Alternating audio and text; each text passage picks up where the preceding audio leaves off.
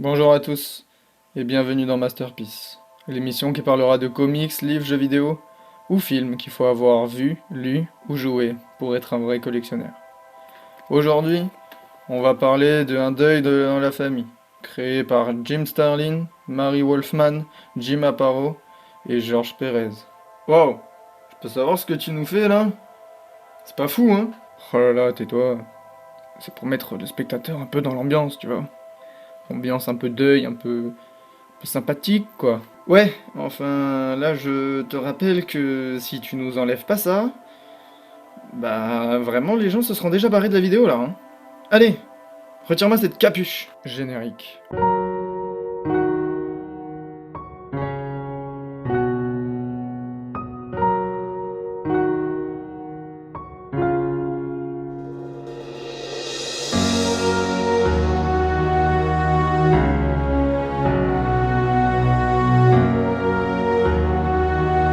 Bon, allez, comme d'habitude, je te laisse raconter l'histoire. Ben, l'histoire, elle est plutôt simple, hein. C'est Jason Todd, le deuxième Robin, qui retrouve les traces de sa mère. Mais le Joker l'attend au tournant.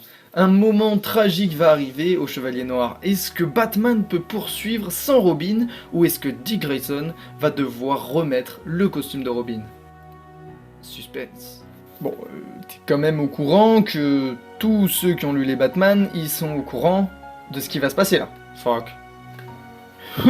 Bon, allez, on va parler bien évidemment de l'aspect extérieur tout d'abord.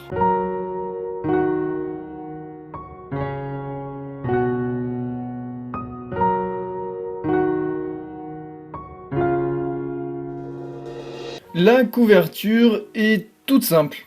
On comprend directement le propos du comics, c'est-à-dire de ce qui va suivre. Le meilleur Robin de tous les temps, pour moi bien évidemment, va malheureusement succomber à ses blessures, ou plutôt à un battage de mort du Joker, suivi d'une explosion. Comme si c'était pas assez, quoi. Sincèrement, arrêtez de l'humilier. Bon, on va parler ensuite des dessins. Les dessins du comics, ils sont plutôt vintage. Hein, parce que pour ceux qui ne sont pas vraiment fans de ce genre de dessin, c'est vrai que c'est un peu perturbant au début, mais au final on s'y fait plutôt bien, surtout que l'histoire est plutôt intéressante. Et faut pas oublier que ça, c'est sorti il y a déjà pas mal de temps.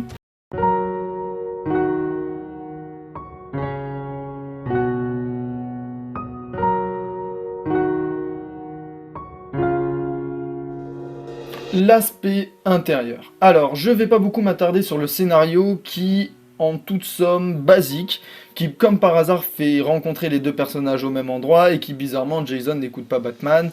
Bref, c'est, on va dire, la petite routine. D'ailleurs, il faut savoir qu'ils vont au Moyen-Orient et il y a même des noms réels de villes qui sont prononcés. Bref, c'est comme un récit qui s'ancre bien dans la réalité. Le Joker est d'ailleurs toujours aussi fou. Les coups de traître te mettent vraiment la haine, et lorsque l'heure a sonné, tu peux être triste. Sois triste. Nom de Dieu, sois triste. Enfin, bien évidemment, pour finir, sur l'aide magnifique de Superman, et ça, c'est incroyable. Alors voilà, c'est une masterpiece. Voilà, vous devez lire ce livre pour connaître toute l'histoire de la Bat Family, surtout que c'est l'une des plus grosses histoires, et à vrai dire qui a fait énormément parler d'elle, surtout par rapport à la campagne qu'il y a eu de téléphone, etc. Mais ça, je vous les laisserai découvrir dans les rééditions, par exemple que j'ai ici même, de Un deuil dans la famille. Ah donc, là c'est fini là. Donc là, tu vas t'arrêter là. Tu prends pas un peu les gens pour des cons là? Franchement. C'est tout? C'est tout? C'est tout? C'est tout? C'est tout? C'est tout? Alors oui, pour l'histoire, oui c'est tout. Parce que je préfère vous laisser découvrir.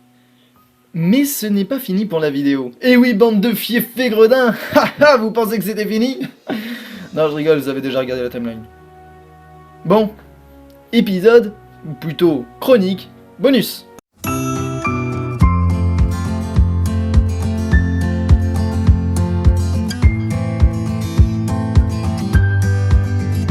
Ah bah oui, je suis bête.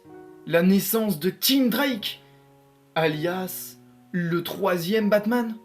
Tiens, je me suis toujours demandé comment c'était. Wait a minute. Who are you?